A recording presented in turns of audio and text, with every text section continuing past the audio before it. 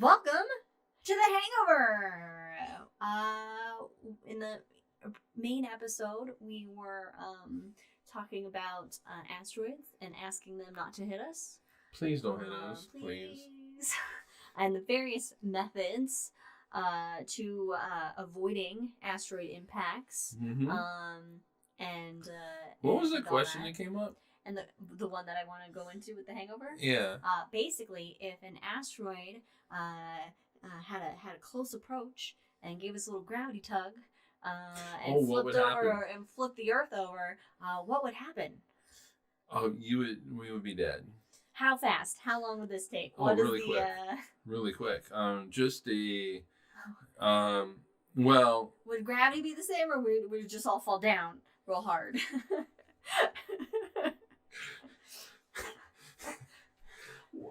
Okay, that actually is a good question. All right, there's different things to this. All right, first of all, to flip the Earth, you need to have a pretty massive object do this.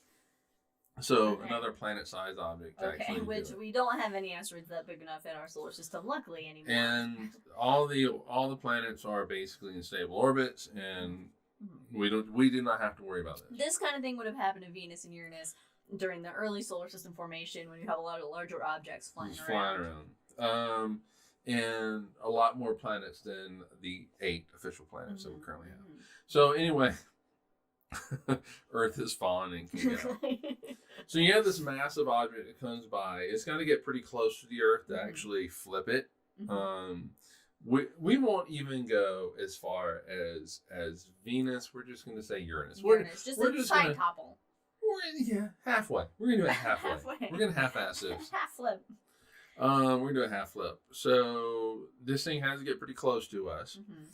So most likely, I bet your weight does change. You are going to feel a gravitational effect from this. So you won't... Are insides coming out of outsides? No. Okay. No. You just kind of lift up a little bit. So your weight's a little less. Good diet plan. It sounds fun. Temporarily. Till we come back down. Yeah, the problem is that when you flip, the atmosphere does not flip with you as quickly. And so would we be exposed to? No, we won't be exposed. We'll always be up underneath this blanket of air. However, that blanket of air will rub against the Earth. Oh, it gets real hot. Oh, so you're talking about winds that are thousands of miles an hour. Oh my god. And you're talking about basically friction. Up will still feel like up, because we're still in line with the center of gravity of Earth. Yeah. That center of gravity of Earth isn't going to change. Up's going to feel like up. Just all of a sudden, we're just going to get just crazy butterflies in our tummy, feel a little lift, and then just be incinerated. It'll be incinerated, but also... and be like, it's windy. There's going to be earthquakes, volcanic eruptions. Basically, the REM song, It's the End of the World as We Know It. Wow. It starts with an earthquake, birds, snakes, airplanes. Wow. So... Why has nobody done a sci-fi movie on this topic? I mean, they would have, obviously, the science all wrong, because someone would need to live for there to be any movie. There'd have to be a core group of survivors. Yeah. But it would be a fun, dramatized concept. Yeah, there would be no survivors to this. It would be, 1,000 miles per hour hot winds. Sounds like Oklahoma. We wouldn't know what Oklahoma winds are like. No, but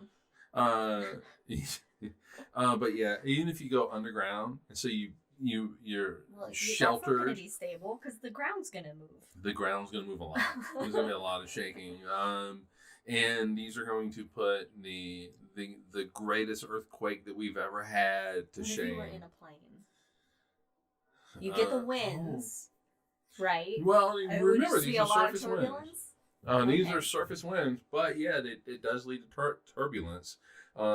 So the Earth is just rapidly spinning beneath it, or flips beneath it, and that's going to create these eddies in the atmosphere, which the plane is going to experience. So you get to watch it happen for a couple seconds, and then you get hit by the turbulence, and then your plane disintegrates beneath you. Now, what about if you're on the ISS? Oh, if you're on the ISS, you actually, well, that planet-sized object is going to disrupt your orbit. Okay. So it kind of, you're fucked. You're fucked no matter what. Okay. What would you look like for the ISS? Are they just going to be like, well, we were looking at, North America, and now we're looking at China. Well, yeah, maybe kind of, yeah. Yeah, but I mean, they're going to be affected by this planet-sized object too. Mm-hmm. And this is quick. It's not like it's a slow motion wreck. Yeah, well, how long does it take for the Earth to go whoop? Because if it is a slow motion wreck, that means that planet-sized object really is going slow enough that it's actually going to hit us. Okay. So this needs to be a very fast thing. It needs to be a very fast thing to occur. You basically need this rogue planet come out of fucking nowhere. And go past the Earth extremely fast, but fast enough that it flips us, but not slow enough in which it actually hits us. So, yeah, that actually is fun to think about. It's not fun to experience. But what a dramatic way to go out, though. Yeah, so Brandon says ejecta probably would get the ISS too, but remember, it's not an actual impact, so there's no ejecta. So there wouldn't be ejecta. Oh, there's no ejecta. It's just, This is all gravitational. This impact is all gravitational. Wow. If it actually hits us, oh, fuck the ISS. We're all done. And the Earth has another moon. Fifth element kind of object. There you go. Yeah, so... Yeah, that's a fun mental exercise. That was fun. But we have had a lot of impacts. We have in our history. Well, yeah, I mean everything in the solar system has, because you had the early and late heavy bombardment periods where all kinds of shit's flying around and hitting another ship before it gets cleared out. Yeah. Either through impacts making things bigger, or the solar wind igniting and blowing out all the littler stuff. The littler stuff. All right. So why don't we talk about some of these impacts? I are smart. It's like the Packlets. We are smart. We are strong. All right. So in lieu of questions, if anybody has questions, so I don't think we have a question right now. Oh no. How many Skittles? A meteor crater size. Oh. Crater. God damn it! Why didn't I think about that? So it's a mile-wide crater. Oh, it's not. It's not. Behringer's a mile wide. It's a little smaller than a mile, I think, or at least according to what I read this morning. Okay. All right. Anyway, we'll round up. 42 Behringer Skittles units. 42 Meteor Crater Skittle units of Skittles. We'll fill it. Anyway, let's talk about some of these impacts until we get another question that actually happens. All right. Yes, these impacts. Let's talk about Meteor Crater. Meteor Crater is also called Behringer Crater. It's located in northern Arizona. It's a little bit east of Flagstaff, a little bit west of Winslow, Arizona, where if you stand on a corner, they'll write a song about you. And it was created about 50,000 years ago. So... Liz has an itch. All right, so Meteor Crater created about 50,000 years ago. It's a little less than a mile, but let's just say it's a mile across. Okay, we'll say it's a mile.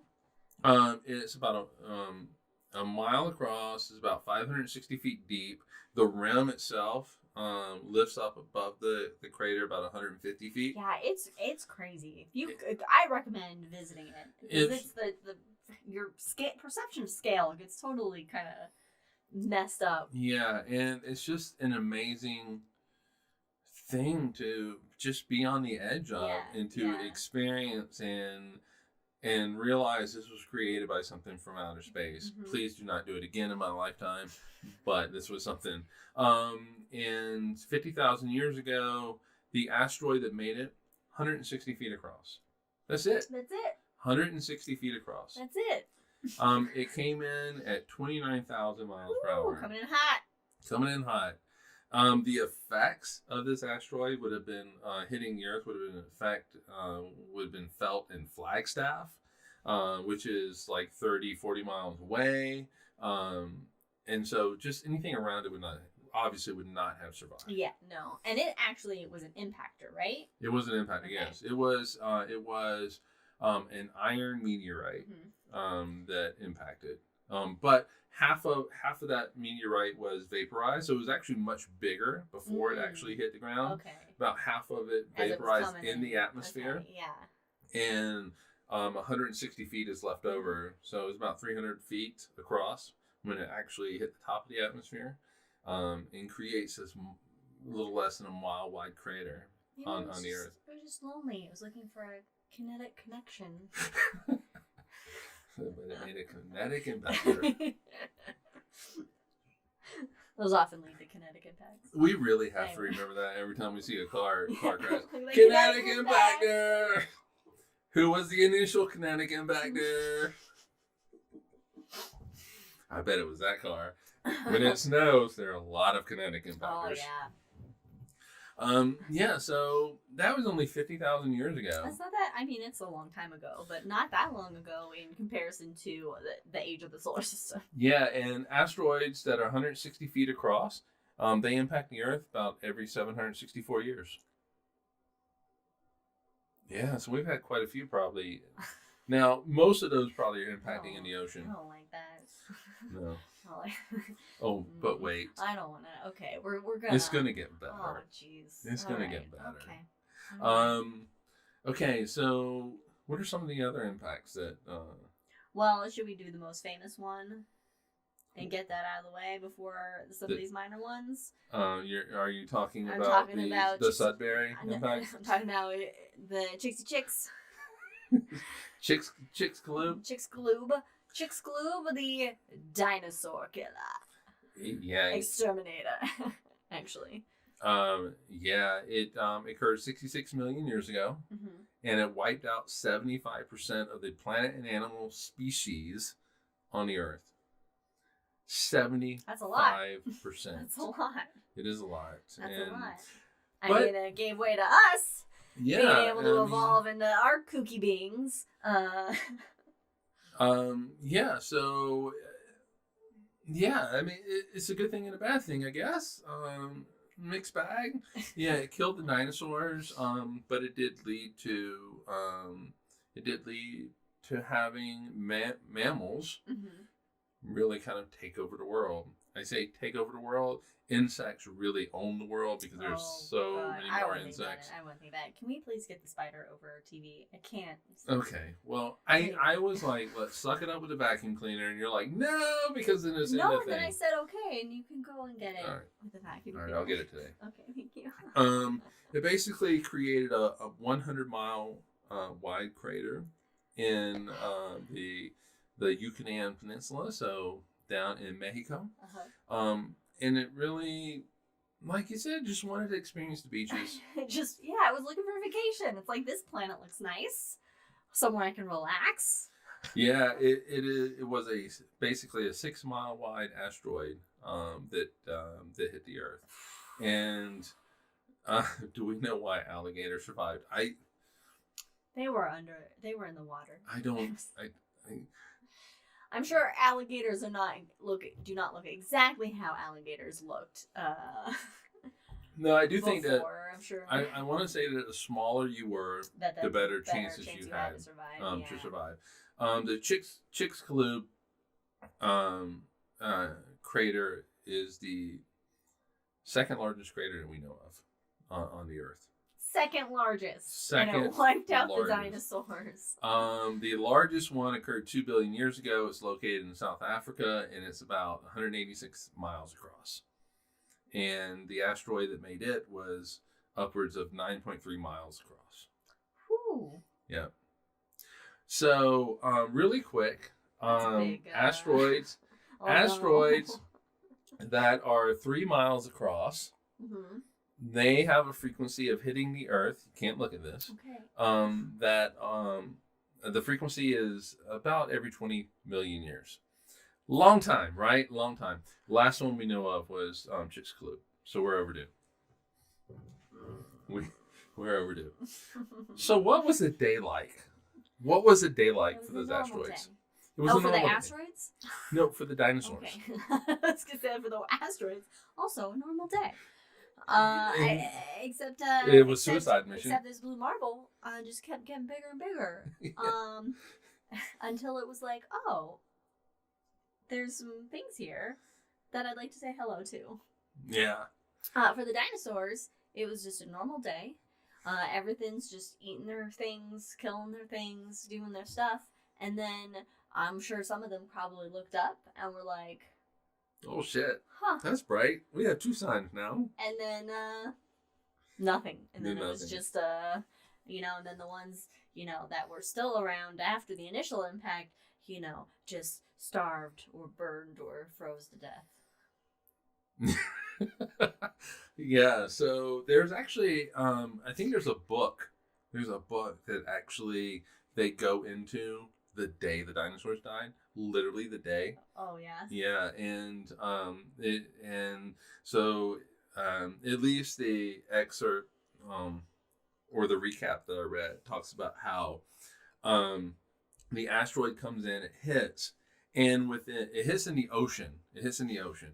So within minutes, you have these mountain ranges that are created. It's the rim of the asteroid, hundreds of miles across. And within minutes, mountains are made. Water, the ocean water, gets kicked out, obviously, right? The seas were parted. The seas were parted. So creates these amazing tsunamis that go out and ravish the world, right? Mm-hmm. That they crash upon Mexico and North America, or at least what was North America at the time, and that type of thing.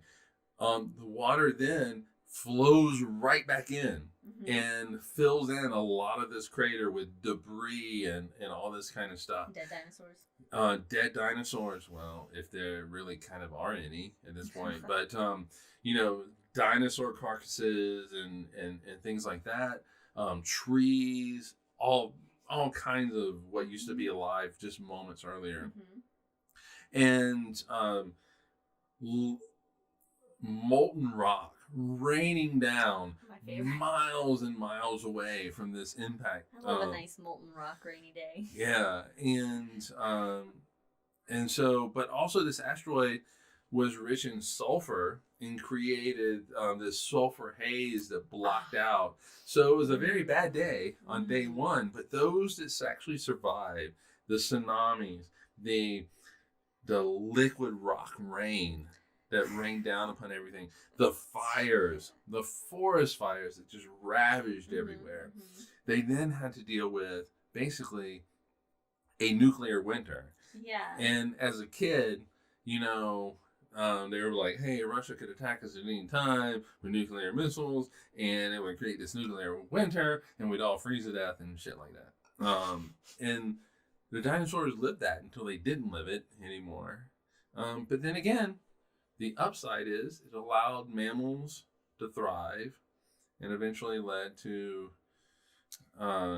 us, and then we're just going to kill ourselves. So... Here, Asteroid, hold our beer. Don't wear your mask, everybody. Yeah. Wow, what a shitty day. That is a shitty day. That is actually a day. Next time you're having a bad day, just think about the dinosaurs on their last day. I've never seen the end of the 90s show Dinosaurs. I used to like that show. Oh, I've never seen the end You never of saw the end of it? No. I don't think I ever saw the end of it either. Brandon posed a question earlier saying, I wonder if atmospheric density makes any kind of difference. For example, if a 100-yard asteroid hits the Earth, would it have the same crater size on Venus? The atmospheric density affects... So the short answer is no. No. The crater on Venus, if it actually even hits the ground, is going to be much smaller. Because the atmosphere... Oh, so then it does. The atmosphere does make a difference. Would it have the same crater size on Venus? That's why I say no. Okay, but his initial question was, does the atmospheric density make any kind of difference? Yeah, so question number 2. Question 1, yes. Number 2, no. Okay. So the atmospheric density is going to cause friction to occur on the asteroid as it comes in. Yeah. And so the thicker the atmosphere, the bigger the greater chances. Power, basically. Or exploding power. What's going to end up happening is it's going to heat up quicker and it's going to disintegrate or explode in the atmosphere, much like Chelyabinsk. Yes. In Russia. Yes. And so if it does hit the ground on Venus, it's going to be much smaller. Because there's less. Yeah. Okay, yeah. I will tell you that a 100-yard asteroid is most likely not going to hit the ground on Venus. Yeah, it's not going to hit the ground on Venus. It might here. 160 foot. Remember, 160 foot. I don't know asteroid. what a yard is. I'm just picturing like a meter stick and then imagining what. Okay. 100 of them are. And 100, it doesn't seem big to me because I don't know. 100 yards on 100 yards is 300 feet. So you're bigger than Barringer. Oh, okay. You're bigger than Meteor Crater at that point. What's 300 feet equivalent to in something I can visualize? A football field. Oh, okay. All right. 100 yards? I don't know how many yards. The 50-yard line. I don't know. A football field. Okay, thank you. All right, so that's probably for us the most famous one because it's tied to the dinosaurs, which we all love dinosaurs. We all love dinosaurs. We don't want to be in a pen with dinosaurs, but we love dinosaurs. Spoiler alert! I got Christmas dinosaur wrapping paper. All right, I'm trying to read Brandon's saying. The top of the atmosphere to the ground is such a short distance in comparison to the speed of the asteroid. Didn't know how much that thicker atmosphere would affect that space rock. Right, but the atmosphere does, obviously, because we have Chelyabinsk where the thing exploded. If we had no atmosphere, Chelyabinsk, the Chelyabinsk meteor would have hit the ground and become a meteorite. Which we wouldn't care about because with no atmosphere, we wouldn't be here. Yeah. So the atmosphere does have an effect. Now, if it's a 6-mile wide atmosphere, asteroid, no.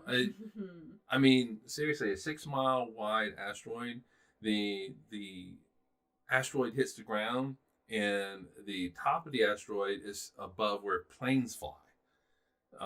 And so it's very thin atmosphere up there.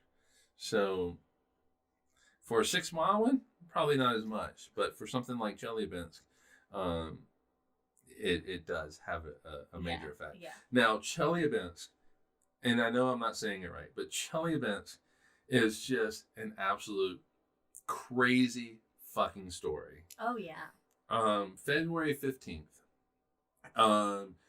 we knew an asteroid was going to pass us that day, and it was going to be pretty far out. It was going to be relatively close to us, but it was going to be beyond the moon's orbit, so it was going to be out there. So we knew it was coming. We were all expecting it, and we were all excited. I mean, because near Earth, when asteroids fly past the Earth, as long as they don't hit us, we're like, hey. it's kind of cool. It's kind of cool. And all of this. I woke up on February 15th, and Twitter had exploded. It was insane. There was so much shit going on about this asteroid. And I was like, wait a minute. This is not the right asteroid. This is too what? soon. It's a different one. What had happened was that in the early morning hours for Russia, so overnight for us, this asteroid came in from the direction of the sun. We had no idea it was coming toward us. Blinded by the light. Exactly. And it exploded above Chelyabinsk, Russia, which is in Siberia, and about 18 miles up. And it was I think they finally settled on it was like a 66-foot asteroid.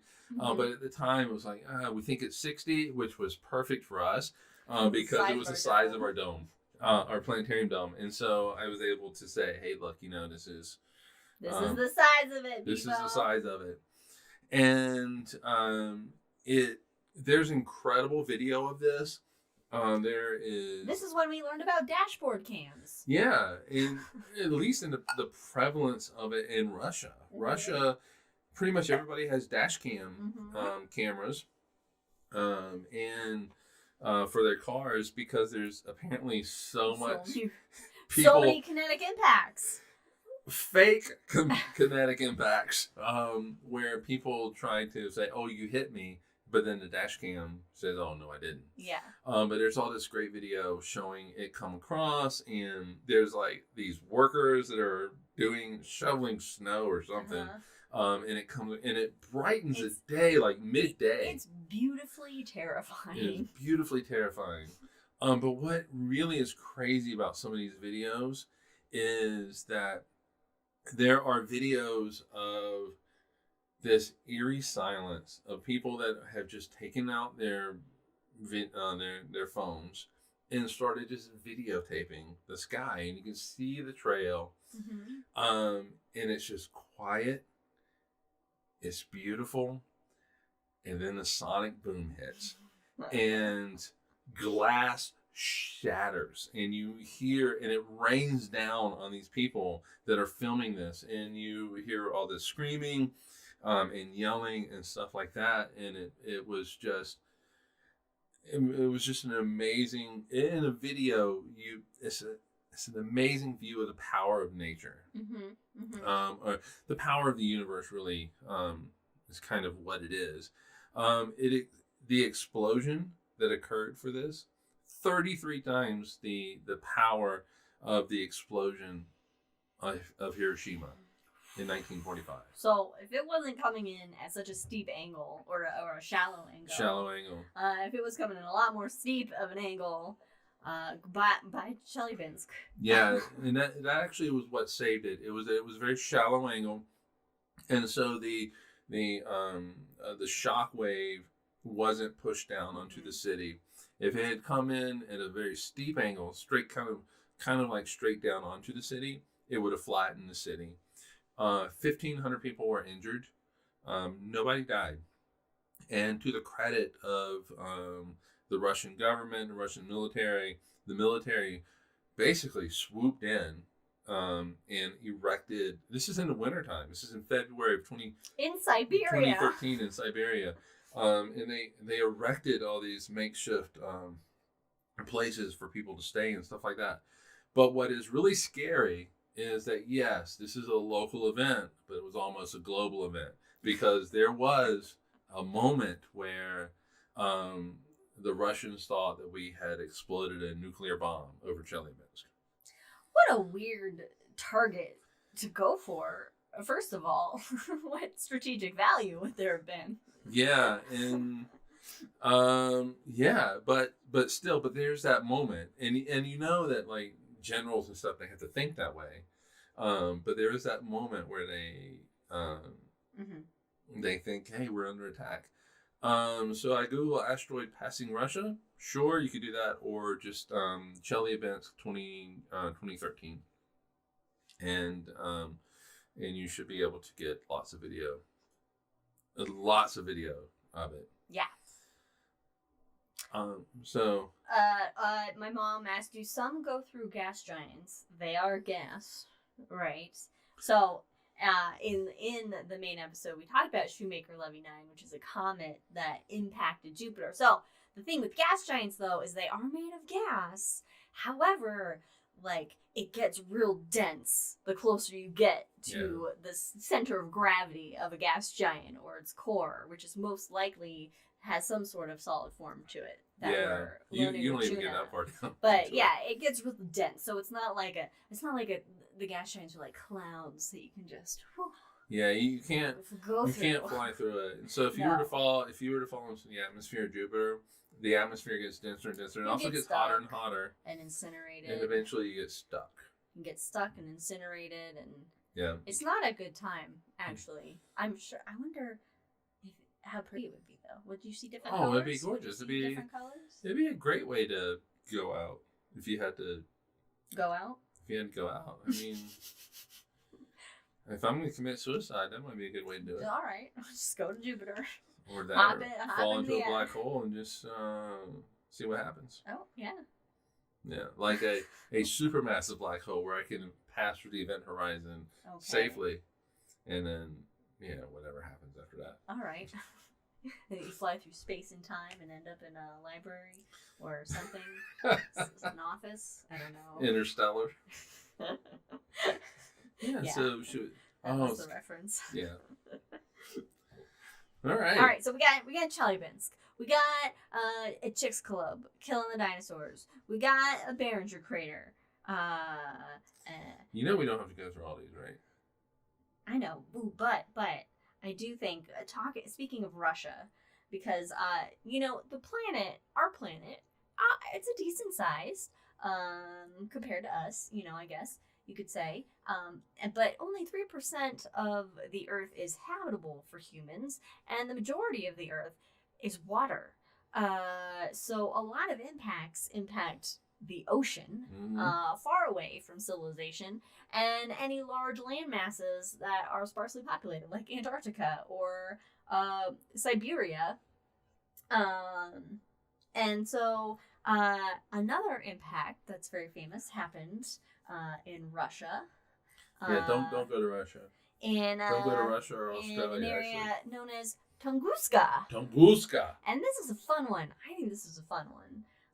Because Tunguska happened in 1908, and it was not an impactor. Nope. It was another asteroid that exploded in the air.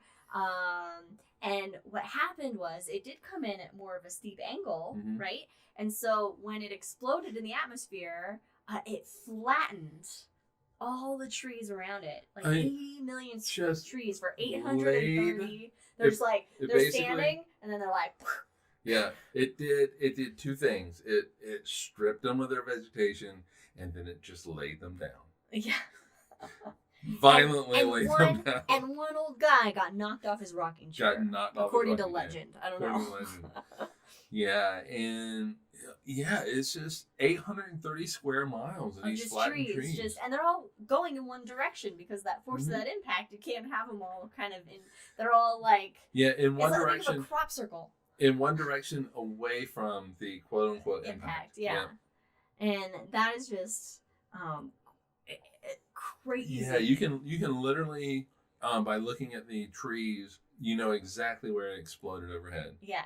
And there's images of the trees, aerial views of the trees laying down. And so that's another really, really cool one to... And this was from an asteroid that was 150, 200 feet across. It was most likely a stony asteroid that did this. It exploded about 3 to 6 miles up above the ground, so really not that far. No. It got pretty close. Seismographs picked up the impact all across Europe and Asia. And the air blast from it could be felt as far away as Washington, D.C. Wow. They're like, whoa, no way. Yeah. Random breeze came in. I know, right?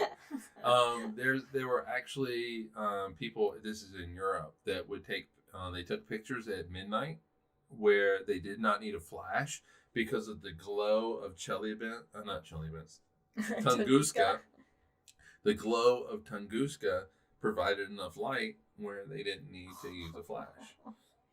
Wow. And the glow was seen for a couple of days, and it's actually from high altitude ice crystals that were formed from the impact itself. And where else do we see these? Interestingly enough, not anymore, but from space shuttle launches.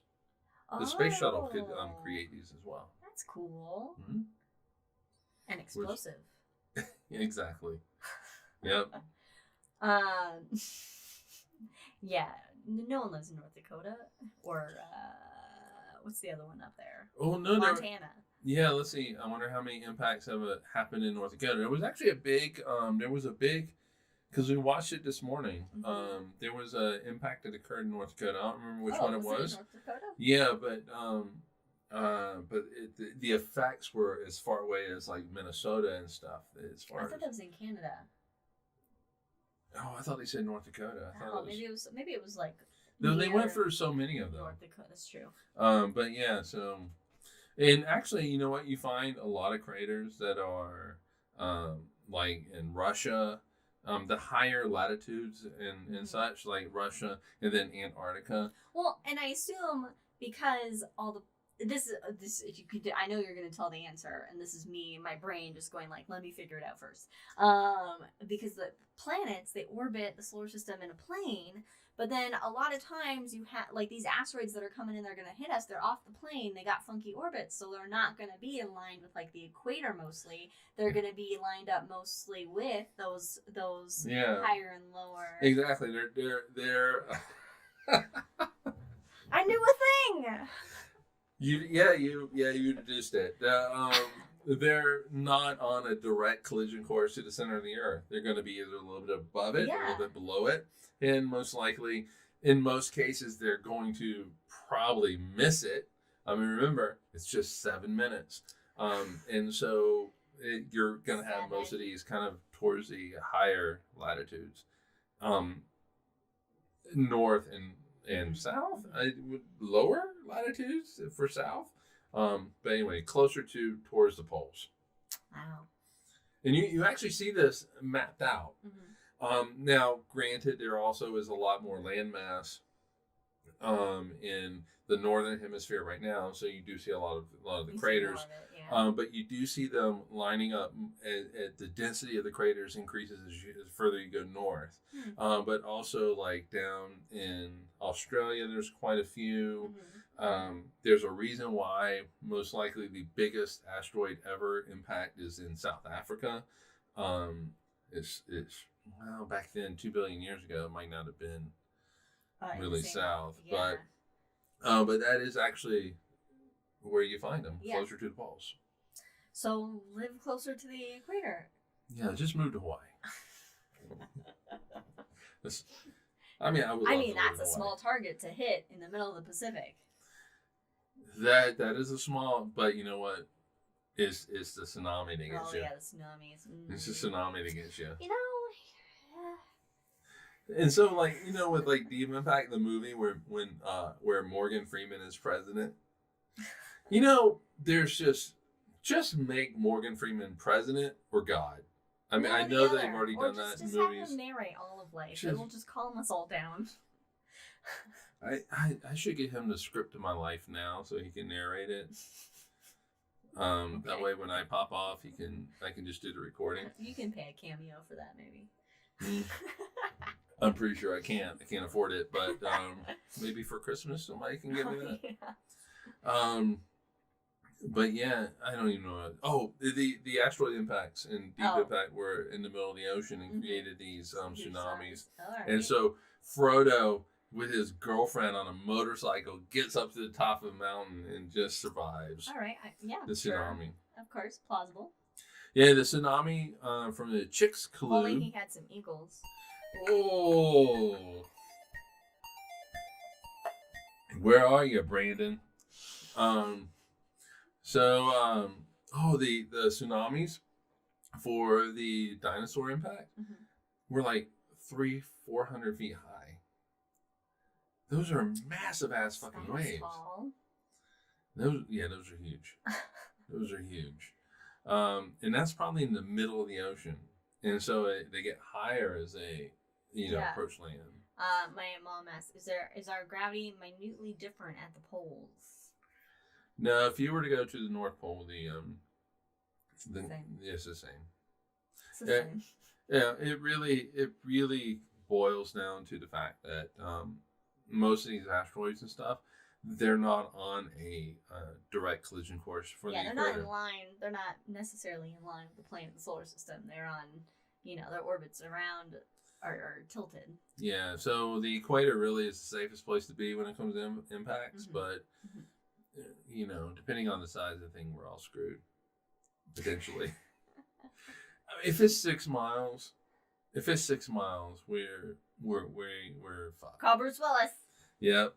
And you know what? You can call Bruce Willis all you want. It's not really gonna But do if it's anything. 6 miles, because it's larger, we would have a better chance of detecting the larger it is. Oh yeah, you know death is coming. You know death is we coming. just don't have time to do unless, as we talked about earlier, we have the nuclear silos instead filled with asteroid, deflection shit. Yeah, and you're gonna need a lot of nuclear bombs for a 6 mile wide asteroid. It to be honest, it's not gonna be one asteroid. I mean, one nuclear bomb that's gonna do it. It's gonna be You're gonna need multiple ones. a lot. What if we use all of them? You know what? Right now, I just think that'd be nice. A world without nuclear missiles would be a great place. Yeah. Would be a great place to live. Chelyabinsk, its asteroid happens once every 60 years. Oh. Yeah. Okay, that's. So we don't have to see that for a while. But again, it's that angle. But again, the angle will kill you. Yeah. Literally. We are overdue for that big one. For that big one. That big one. We're also we're overdue for a very big earthquake. Earthquake. We're overdue for Yellowstone. We're overdue for a big asteroid. We're overdue for a lot of things that are basically extinction level events. Meanwhile, we're arguing about fucking masks. And whether but we my get shot. freedoms. Freedoms are irrelevant if you're dead. They mean nothing. And let's just be honest. If you don't get a shot and you die of COVID and you did it because of your freedoms, your freedom is not what we're talking about after you die. We're talking about your stupidity. That is what we're talking about. And so you can get on your high horse about freedom and all this kind of stuff.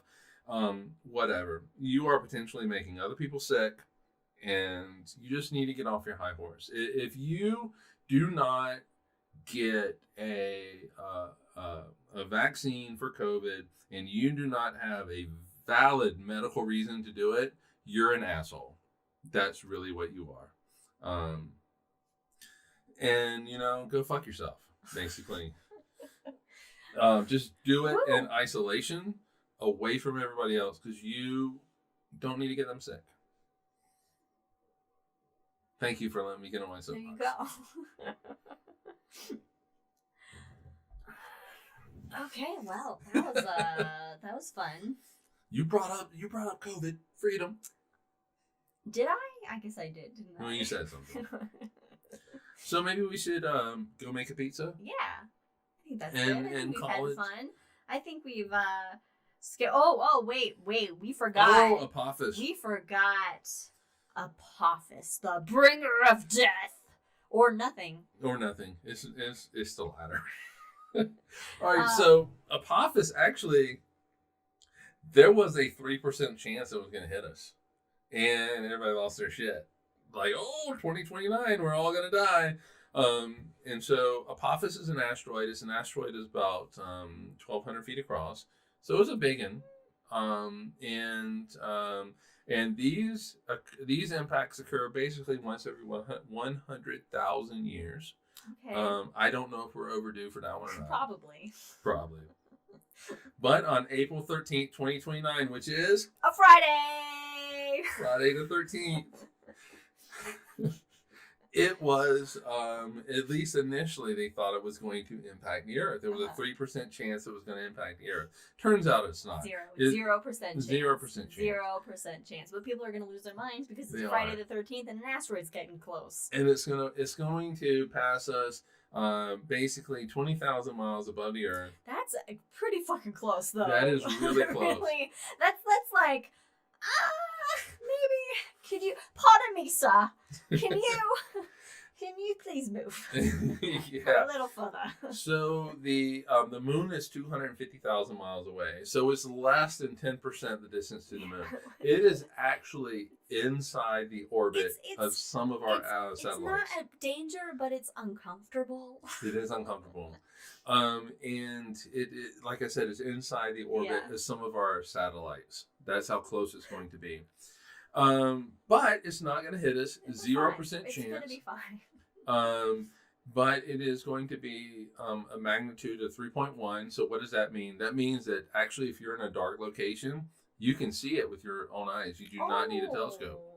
You do not need a binoculars, set of binoculars, whatever. You do not need an eye aid. You do not need an eye aid. You can see it with just your own eyes. Because the magnitude 6 is the dimmest that we can see from Earth. With a dark sky, though. With a dark sky. A very dark sky. But if you happen to have a pair of binoculars, you can, you'll be able to see it. And pretty much every telescope on Earth is going to be trained on it. They're going to be looking at it. Yeah, they're going to be tracking that shit. And there was a question of is it going to impact us the next time it comes around? Because it's coming really close. Its orbit's going to be changed, and no, it's not. It's not going to do it. Okay. However, this approach is so close that its family is going to change. Right now, it is what we call an Aten asteroid. Aten. I think okay. they're going with the Egyptian Aten. Okay, Aten asteroid. But it's going to pass us, and when it passes us, it will change to the Apollo family of asteroids. Oh. Yeah, it's going to completely change. It's a new family. Yeah, it gets a new family. Good for it. That's fun. So, in seven years and a few my months. mom asked, could we practice nudging it? Could we give it a little... Hey. Well, I think that since we know that it's not going to hit us anytime soon. Well, yeah, but maybe just for the future, just like a little, hey, let's just be a little proactive and give it a little right. But nudge out there. But the problem is that if you do go boop to it, it might actually hit us next time around. So if you know that in the next, say, 100, 200 years, which is really about 100 years as far out as how you can, that is as far out as far as accuracy goes, that you can be, I would not change its orbit. Oh. I figured we would be able to, we'd have the science down to boop it to where we know what its orbit would end up being. Well, I mean, but again, 100 years is as far as you can get. Oh, okay. For asteroids. Well, that seems like it's not our problem anymore then. Well, you know what? That's been our fucking motto for centuries. I know. Ain't our problem. This whole climate change thing. Fuck it. Fuck it. The future will figure it out. I love my greenkids, but you know what? They can worry about it. I'm pro-life too. Why we get all southern when we're talking about it? Because it's typically. Let's be honest. This is my southern. Let's be honest. It's the South. Okay. It's a southern thing. Anyway, weren't we gonna just kind of? We're gonna end the episode. Yeah, we're gonna end the episode. I'm gonna let you call it a day. All right, you're gonna let me call it a day. Mm-hmm. I'm calling it a day, folks. Anyway, thank you everyone for joining us on this episode of The Hangover with Cosmos. Talking about our potential doom and the various ways we can avoid it. We're overdue for a lot of things, but we are weirdly good as a species at surviving. Like, there's so many things I think about that we've been through out our history that I'm like, we should definitely have gone extinct at some point. But here we are, just, doing our thing. And I do think that if there were a lot of, if we knew an asteroid was coming, that was going to impact us, we would all come together. It would be dramatic, I'm sure, and there would be the first thing that some people would say, let's nuke it, but that might not be the best course of action. No. It probably will be the only course of action, but we'll see. Yeah. Anyway, joining us next time, January 2nd. We will be hopefully doing a recap of the James Webb Space Telescope that's set to launch on Christmas Eve, December 24th, at least here according to our time, in the U.S. Yeah. Yeah. I mean, it's 5:20 in the morning our time. Yeah, 5:20 in the morning. So Mountain Standard Time. Even for Hawaii, it's like 1:20 in the morning. Yeah. So but in the meantime, we hope everyone has a great holiday. And Happy New Year. Happy New Year. We'll see you next year. We'll see you in 2022.